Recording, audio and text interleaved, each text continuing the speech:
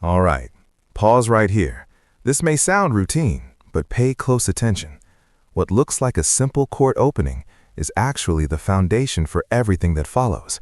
One wrong move today could mean jail time later. Let's break this down. The court is on the record in the State of Ohio versus Ryan P. Bartone, case number 26 CRB 19. Mr. Bartone was given an officer citation, including a criminal charge regarding an alleged incident on January 11th, 2026. He was summoned into court for January 27th, 2026 at 9 a.m. He requested a continuance, and the court did grant a continuance of his initial appearance hearing till today. Mr. Bartone is present without counsel. Mr. Bartone, the deputy or the officer gave you a citation. Do you remember receiving a copy of that? I did, yes. Okay, I'm going to read you your rights. So please pay attention to the rights I'm about to read to you. You do have a right to be informed of and understand the nature and the elements of the charge filed against you. You also have a right to know the potential penalties that could be imposed. You are charged with one count of criminal trespass. That is a fourth-degree misdemeanor. If convicted of this offense, you face a maximum 30 days in jail. Here's what that really means. Criminal trespass in Ohio is a fourth-degree misdemeanor, and while 30 days may not sound extreme, it absolutely carries real consequences, especially if the judge thinks this could happen again. This is where cases quietly turn serious. Maximum fine of $250 plus court costs. You understand the maximum potential penalties? Yes. You do have a right to remain silent and not to say anything during this hearing that might incriminate yourself. Any statement you make could be used against you. You also have a right to a trial to the court. And because you are charged with an offense that carries a possible jail sentence, you also have a right to a jury trial, provided that you timely file with the court a written demand for a jury trial. At trial, you have the right to confront and ask questions of any witness who would testify against you. You also have a right to use the court process to secure the attendance of any witness who you would want to testify on your behalf. At trial, you have the right to be proven guilty beyond a reasonable doubt and a right not to testify. You also have a right to have an attorney represent you in this case.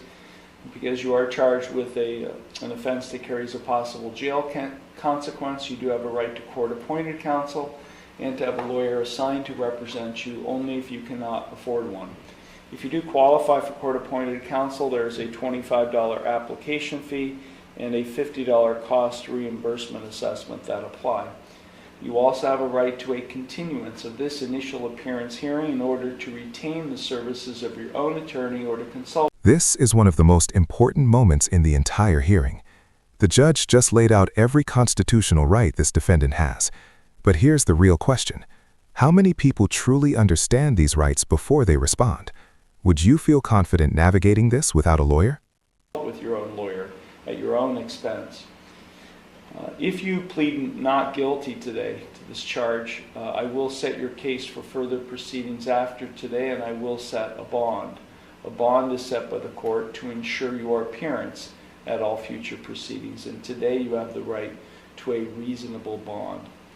Now, if you're convicted of this offense or any related offense, you have a right to appeal the conviction or sentence.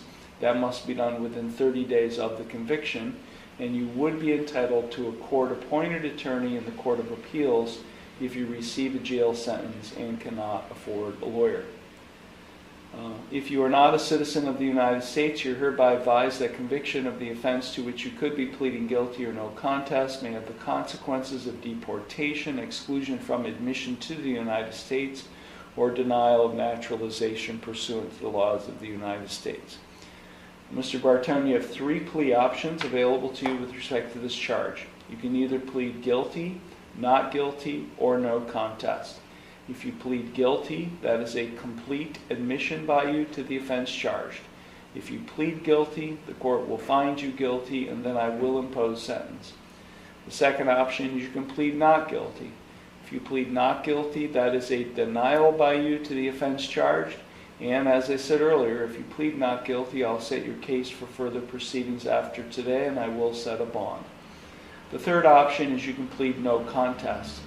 If you plead no contest, that is not an admission of your guilt, but it is an admission by you of the truth of the facts alleged in the complaint filed against you. If you enter a plea of no contest, the court will find you guilty, and I will impose sentence without any evidence being presented against you. However, the plea of no contest cannot be used against you in any later. This right here is the fork in the road. Guilty, not guilty, or no contest. Each one changes the future in a very different way. A lot of defendants rush this decision.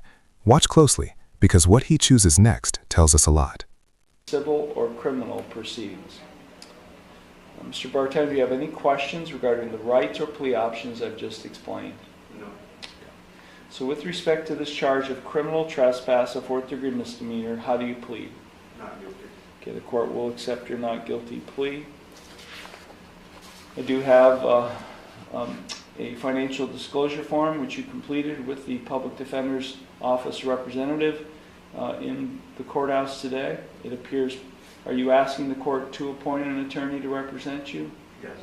Okay, I do find based on the information contained in the form that you do qualify, and I will go ahead and appoint the Public Defender's Office to represent you in this. That's a smart and strategic move. By pleading not guilty and requesting a public defender, he's buying time and protecting himself. This signals that the fight isn't over, it's just getting started. Case. Thank you.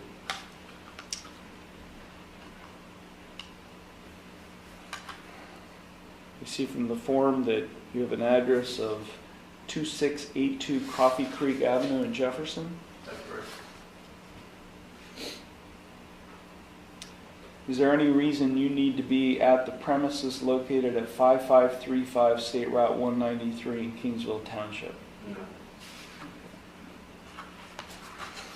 Bond is set in the amount of $2,500 personal recognizance